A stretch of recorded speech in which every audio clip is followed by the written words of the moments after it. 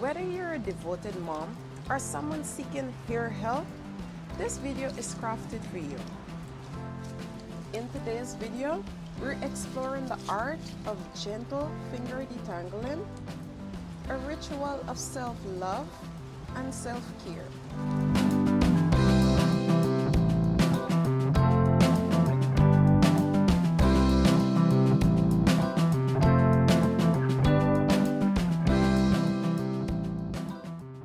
Hello, beautiful people. Welcome to a journey of love and care for your beautiful curly, coily, and kinky hair. Before we commence, thank you to my wonderful subscribers. Thank you for leaving your comments and your questions below. And if you're visiting for the first time, welcome. Let's begin this nurturing journey, shall we?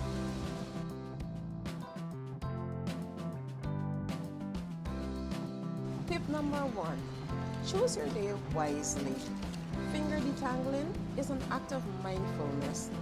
You must be prepared mentally, physically, and emotionally for this process. Pick a day when you can be calm and unrushed.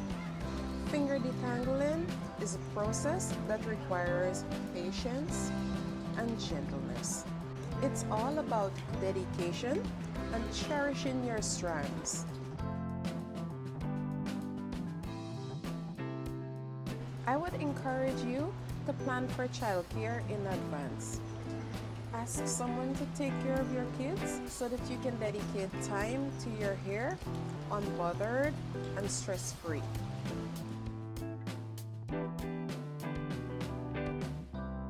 Tip number 3. Create a serene space. Light some scented candles or play some of your favorite music or a movie. This is your time to relax and unwind. Connect with yourself.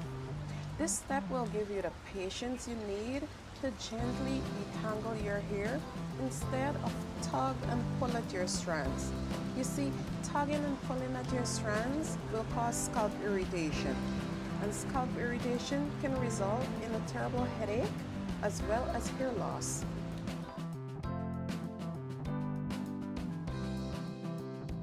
Tip number 4. Have your essentials ready. Herbal oil, water or herbal spray. Mine is a combination of hibiscus, rosemary, lavender, amla, and bringrage. A creamy leave-in conditioner. This one works better than the hair cream I am using presently. This one is from my scalp. It's infused with hibiscus and fenugreek. And this one is infused with more than 20 herbs, and the carrier oil is olive oil.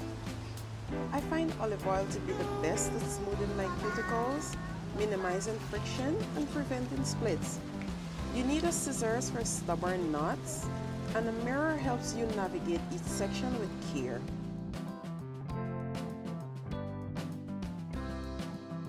Tip number 5. Lightly mist your hair. Don't soak it. Aim for gentle hydration to make your strands supple. You're preparing your strands for smoother detangling.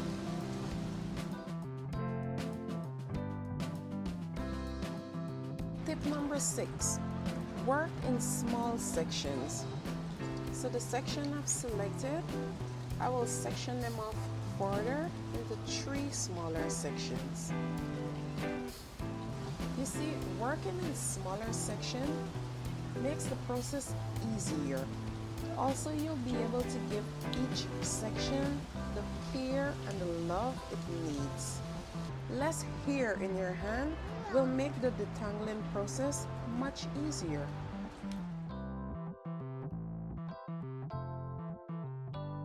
Tip number 7. Apply slip-friendly products. A creamy leave-in conditioner followed by a nourishing oil like the olive oil I spoke about earlier will make detangling seamless, and at the same time it will protect your strands. Your fingers will be able to glide smoothly over your hair, helping you to minimize breakage, retain more length, and very important, easily remove shed hair.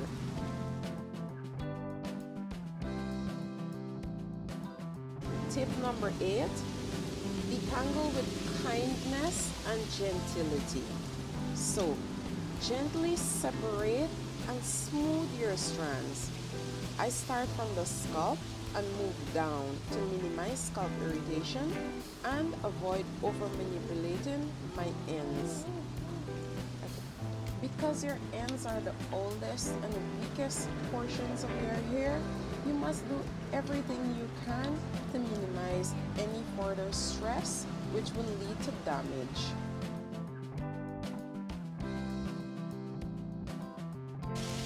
This leads me into tip number 9. Gently mist your ends, apply your leave-in conditioner, work it in smoothly, then apply your oil.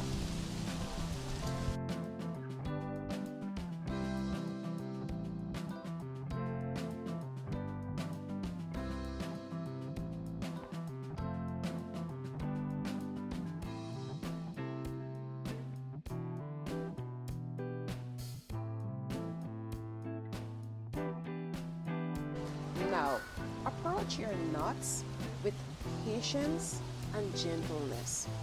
Try to focus on the area that has the knot by itself and gently detangle it by smoothing the end of your hair, and I promise you, those knots will become untangled.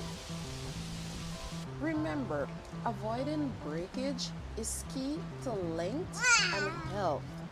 Don't tug at your strands to remove the knots, and don't comb your fingers through your hair because it will break off your strand.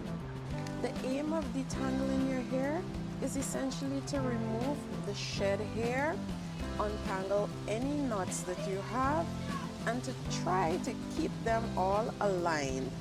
However, they may curl back on themselves. As long as you don't have knots and tangles, it's okay for your hair to curl together.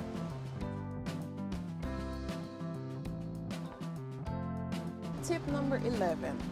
Don't hesitate to take a break. Wash your hands and grab a bite to eat. This step will help you to refresh yourself, maintain focus, and return with renewed energy. Or if you wish, divide your detangling sessions between different days. You see, when you're at something for a long time, you'll become tired and you will not be able to do a good job. That's why it's always advised to take breaks in between your sessions.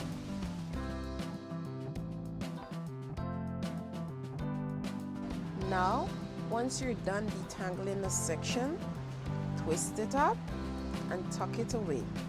This will keep your hair stretched, minimize tangles, as well as prevent breakage.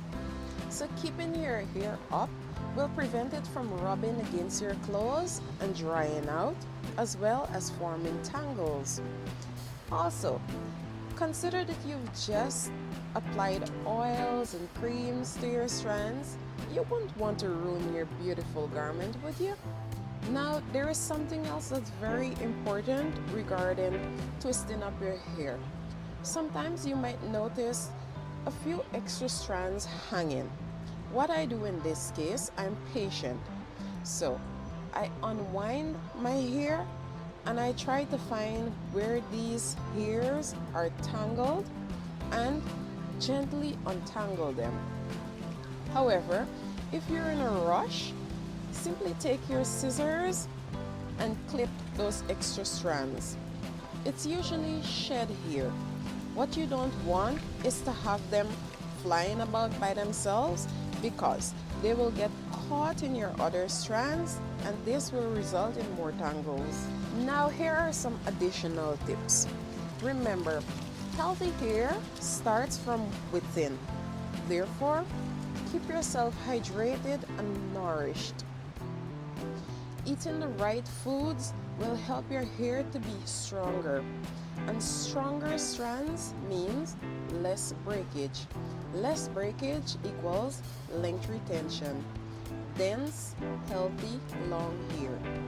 Next, remember your silk or satin pillowcases or scarves when you sleep at night, which will help to reduce friction and minimize tangles. Now, my next tip applies to wet hair, and I'm talking about on the days where you wash your hair.